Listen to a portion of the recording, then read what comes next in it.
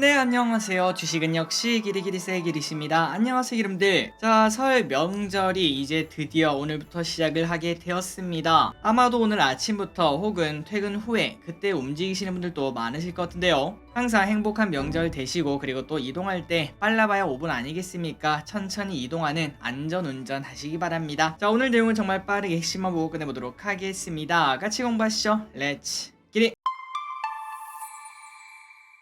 바로 보도록 하겠습니다. 어제 미국은 또 여전히 똑같은 이슈로 하락하는 모습을 나타내고 있습니다. 긴축 그리고 경기 침체 걱정에 주가가 빠졌다고 하는데요. 또한 브레이너드 연준 부의장도 매파적 이야기를 했습니다. 인플레는 최근 둔화에도 여전히 높으며 정책은 인플레가 지속 가능한 2%의 목표치로 돌아가도록 당분간 충분히 제약적일 필요가 있다, 이렇게 말을 했다고 하죠. 그러니까 지금 현재 인플레를 잡기 위해서 정말 더 과하면 과하지 부족하게 할 수는 없다라는 의미를 확인할 수 있습니다. 다만 모든 연준 인사들이 매파는 아닙니다. 댈러스 연은 총재는 속도를 조금 줄이는 게 적절하다라고 또 언급을 했는데요. 그렇기 때문에 이번 FMC 과연 여기서 어떤 결과가 나오는지 여기에 많은 관심이 현재 쏠리고 있는 것 같습니다. 결과가 어떻게 나올지, 그리고 그거를 또 시장은 어떻게 해석할지 시간이 지나봐야 알 수 있겠죠. 그때까지 꼼꼼하게 관련 뉴스 보도록 하겠습니다. 다음입니다. 미국 주요 실적 발표 기업은 바로 어제 넷플릭스가 있었죠. 어제 장에서는 마이너스 3%로 좋지 않았지만 시간에서 무려 7%나 급등을 했습니다. 오늘 저녁에 미국 증시가 조금 좋을 수 있을 것 같은데요. 그렇다면 무슨 호재가 나왔나? 바로 넷플릭스의 4분기 유료 가입자가 예상 밖으로 크게 증가를 했다고 합니다. 수치를 보니까 예상보다 1.6에서 1.7배 이 정도 늘어난 걸 확인할 수 있었습니다.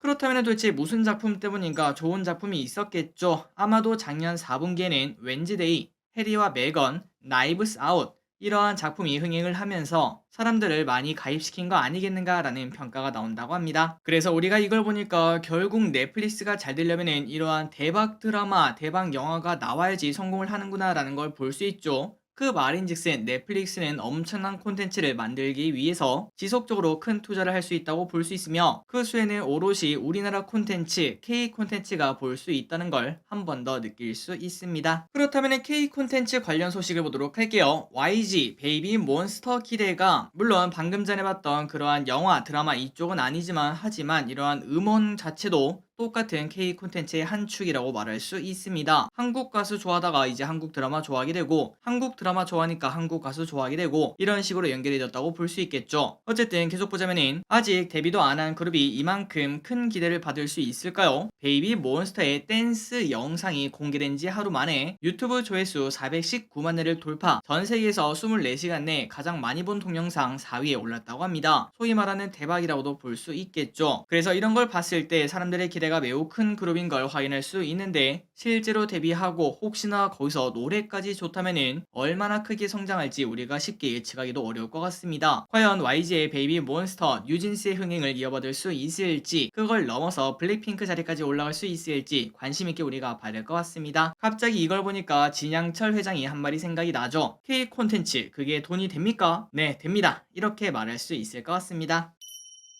다음입니다. 드디어 이 주식에 봄이 오나요? 그건 바로 메타입니다. 아마도 지금 들으시는 분들, 아 맞아, 메타라는 기업이 있었지 라고 생각하실 것 같은데요. 그만큼 우리의 관심에서 많이 멀어진 기업이 있다고 볼 수 있는데, 하지만 월가의 대형 은행들이 지금부터는 메타, 올해는 메타의 해가 될 수 있다, 이렇게 언급을 했다고 합니다. 그리고 왼쪽에 보다시피 주가를 봐도 꽤나 많이 올랐어요. 최근 몇 개월 동안 30% 넘게 급등하는 걸 확인할 수 있습니다. 그리고 개인적으로도 메타버스 시대가 향후 몇 년 내에 슬금슬금 열리고 미래 먹거리 중 하나라고 충분히 확신을 가지고 있기 때문에, 그 중심에 이름까지 바꾼 메타 플랫폼스, 요 친구가 분명 있을 거라고 쉽게 생각을 해볼 수 있습니다. 게다가 메타는 여러분들이 아시다시피 주가 하락폭이 과거에 매우 컸기 때문에 지금 현재는 충분히 매력적인 위치, 많이 조정받았다, 많이 멋다 아이가 라고 말할 수 있기 때문에, 혹시나 여러분들이 해외 주식에 관심이 있다면 한 번쯤은 메타라는 기업 과연 매력이 있는지, 이게 과연 돈이 될 수 있는지 한번 확인해 보시면 좋을 것 같습니다. 다음입니다. AI, 로봇, 메타버스. 오늘 우리 장이 아침엔 좀 애매했죠. 오후에는 급등하는 모습을 나타냈지만 어쨌든 그 와중에 급등하는 섹터 3개가 있었는데 바로 AI, 로봇, 메타버스죠. 이 세 가지 섹터의 공통점은 바로 미래지향적이란 걸 확인할 수 있고, 마침 오늘은 정부에서 ICT 인재 양성을 위해서 4,530억을 투자한다고 밝혔으며 AI,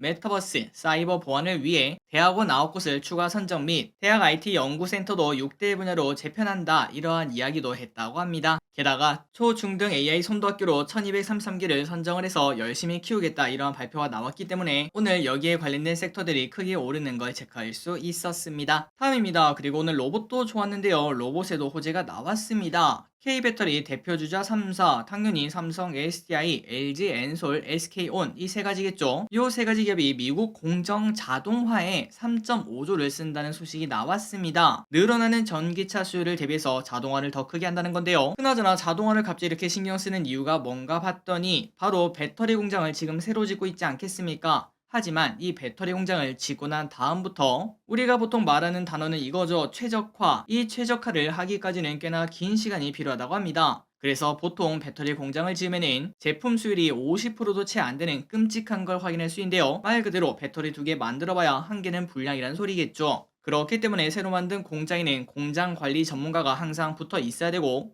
그때는 좀 괜찮은 흐름을 나타내다가 그런데 또 그 사람이 떠나면은 다시 또 수율이 곤두박질 치는 거의 대부분 공장이 이러한 흐름을 나타내고 있다고 합니다. 하지만 사람이 하지 않으면 실수도 나오지 않겠죠. 공정 자동화를 한다면 이런 부분을 크게 신경 쓰지 않아도 되기 때문에 이번에 자동화가 각광을 받고 있다고 합니다. 큰 돈 쓴다는 소리겠죠. 그래서 오늘 이러한 뉴스가 나오며 오늘 스마트 팩토리 관련주가 좋은 흐름을 나타낸 것으로 보인다고 합니다. 다음입니다. 공모주 왜 이래요?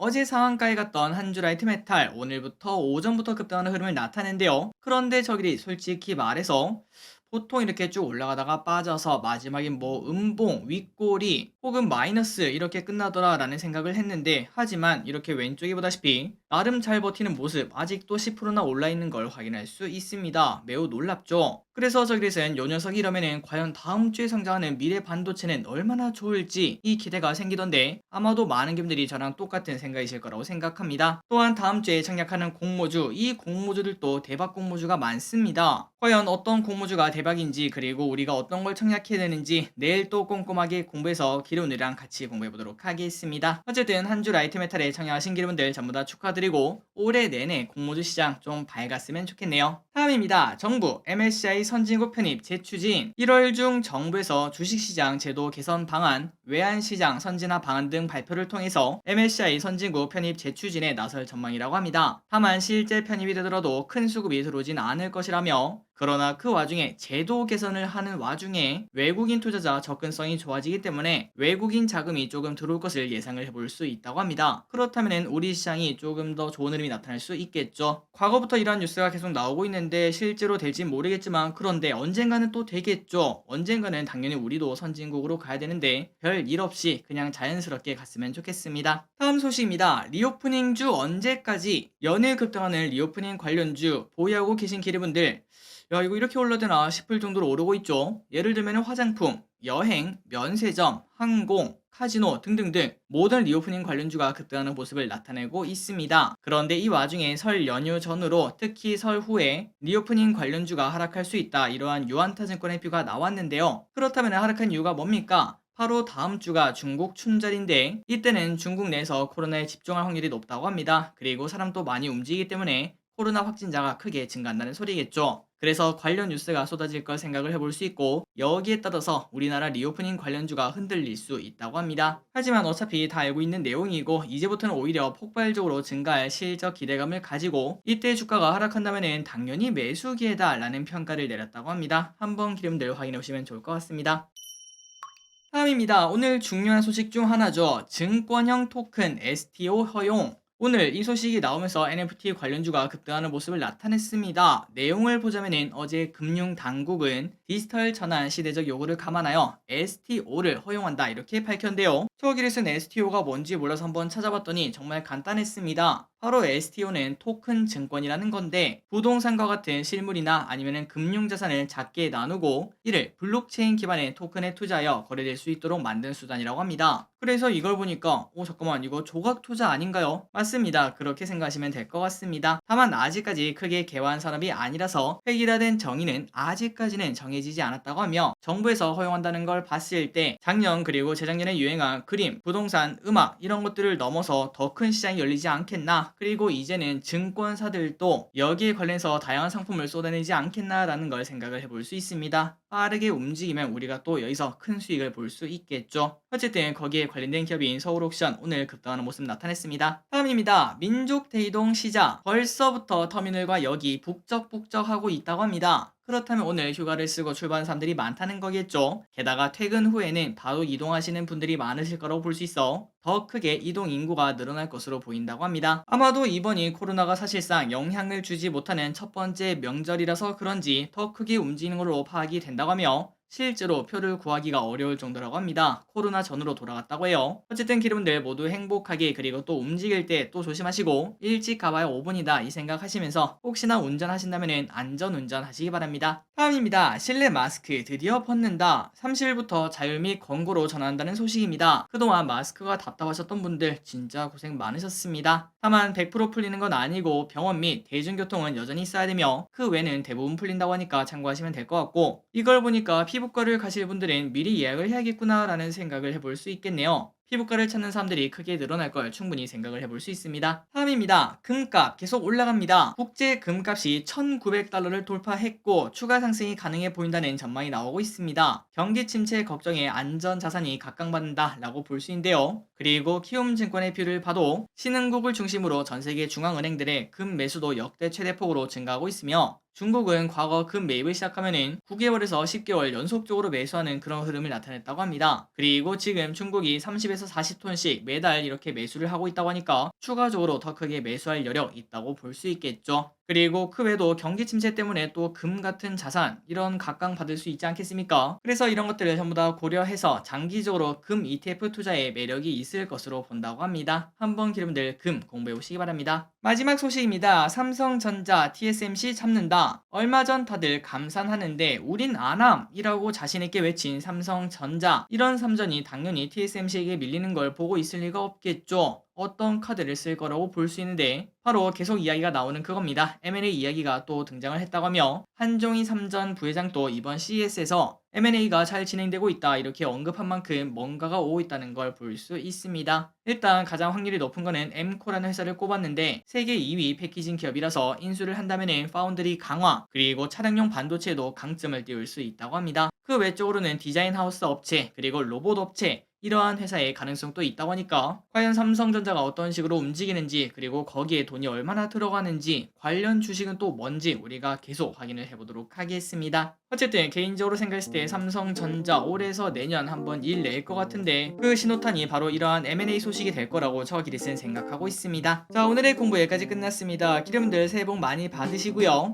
설 연휴 동안 푹 쉬시길 진심으로 바라겠습니다. 추가 공부는 저 기리시 대신하도록 할게요. 지금까지 기리셨습니다. 빠이요.